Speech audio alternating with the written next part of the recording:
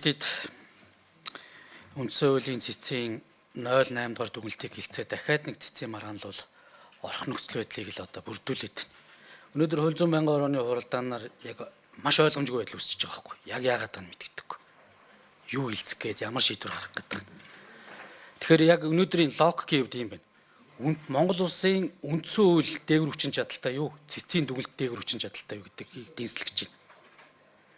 Ямар ч үед үндсэн хуулийг л бид дагаж мөрдөн. Цэц ч гэсэн.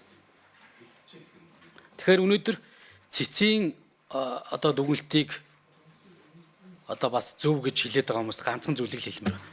Уг нь бол үндсэн хуулийн тэр 66 дугаар зүйлийн 3 дээр маш тодорхой заасан. Дүгнэлтийг заавал улсын хурал хилцээд энэ улсын хурлын шийдвэрийг үнэлж байгаа цэцгийн шийдвэр гаргаж болно. Энийг алгасаад 66-гийн 4-ийг хэрэглэх ямар ч боломж байхгүй. Энийг одоо нэгдүгээрт хэлмээр байна. За хоёрдугаарт бол үндсэн хууль бол нийгмийн гэрээ. Нийгмийн гэрээ буюу энэ гэрээний нэг тал нь ард түмэн байхгүй. Ард түмний төлөөлөл болоод улсын хурлын гишүүд сууж байгаа. Тэгэхээр энэ үндсэн хуулийг манж хамгаалах институц нь өөрөө парламент. Парламент нь өөрөө цаашдаа үндсэн хуулиа ийм бүдгэрүүлж үндсэн хуулийнхаа үзэл санаа гойлаад юу ч болгож байгаа туйлын харамсалтай. За хоёрдугаар сая Баярмаа гишүүн хэлж байна.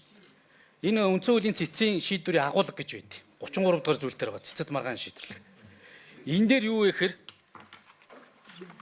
33 дугаар зүйлийн нэгд хэсгийн 9 дахь заалт дээр 7 дугаар зүйлтээс эхлэв. Цэцгийн хуралдааны хянан хилцээд тогтоосон нөхцөл байдал гэдэг дээр л энэ нэгтгэн дүгнэлт хэсэг хүртэл явж байгаа. Юунаас хойш яг энэ 33 дугаар зүйлийн 9 10 дугаар зүйл байсан удирдлага болгосон хуулийн заалт болон хэрхэн шийдвэрсэн бэ гэдэг заалт байгаа. Хоёрхан заалт. Булган даяа даргаыг үндсэн хууль зөрчсөн байна. 95 чинь үндсэн хуульд нийцээг байна гэдэг л шийдвэр. Бусад өмнөх зүйлүүдийг энэ удирдлага болгож шийдвэр гаргах ямарч боломжгүй байхгүй. Энэ шийдвэрийн агуулгыг чинь 33 дугаар зүйл дээр хилээд өгсөн.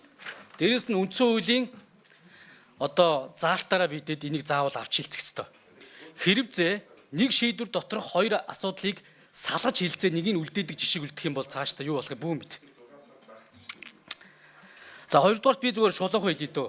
95 хүчин төгөл дээр байгаа шүү. Засгийн газар үүрэг гүйцэтгэгч хэвээр байгаа.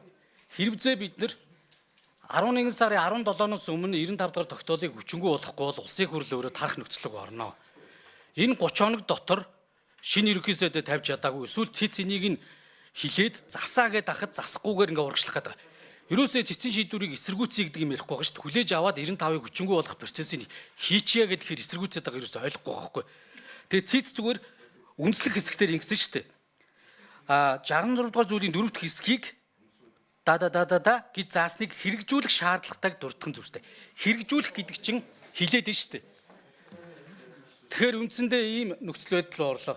Инквайри сайда би юм яриад идэг. Ерөөсөө ингэж юм яриулахгүй. Цогоод байгаа. Тэгээс ихүүлээ тэхүү. Би давхцаж ярьж чадахгүй шүү дээ. Нэгээ ярьж хахад битээ саадуулаа. За. Тэгээ булган туяа даргын үед нэг зүйлийг хэлмээр байна. Яг одоо 1 минут авчи. 19 оны нэмэлт үндсэн хуулийн нэмэлтийн өөрчлөлтийг 21 он туршицсан байхгүй. Тухайн үеийн ерөнхий сайд огцрох хүсэлт өгөхөд огцрох хүсэлт гэж байдгүй байна.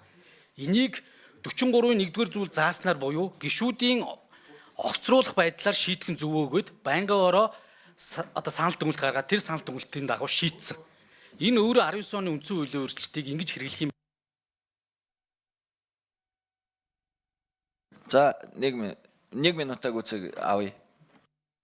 За шийдсэн. За нэгдүгээрт өөрөө булган туяа дарга дэгийн үйлийг л барьж ажиллана. Дэгийн үйлтэй холбоотой үндсэн хуулийн цэцээр ямар ч маргаан байгаагүй. Маргаан байгаагүй энэ хуулийг удирдлага оруулж хурлыг даргаасныхаа төлөө өнөөдөр үндсэн хууль зөрчсөн гэдэг бол энэ бол парламентын цаашдын дархлаанд бол маш ноцтой үр дагавар шүү. Үнэхээр бидэд энэ асуудлыг байсан бол эхлээд дэгийн үйл үндсэн хуулийн нийцж байгаа эсэх асуудал дээр эхлээд дүгнүүлж өгсөн. Тэгээд дараа нь булгаа даргын асуудал эргэх хэрэгтэй байсан байхгүй.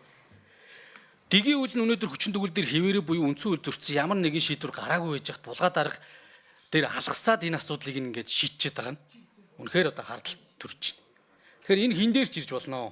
Сүүлдээ ингээд парламентын одоо хурал даргалж байгаа хүн болгоныг ингэж хилмигдүүлж болохгүй шүү дээ. Тэгэхээр ийм л зүйл рүү явлаа.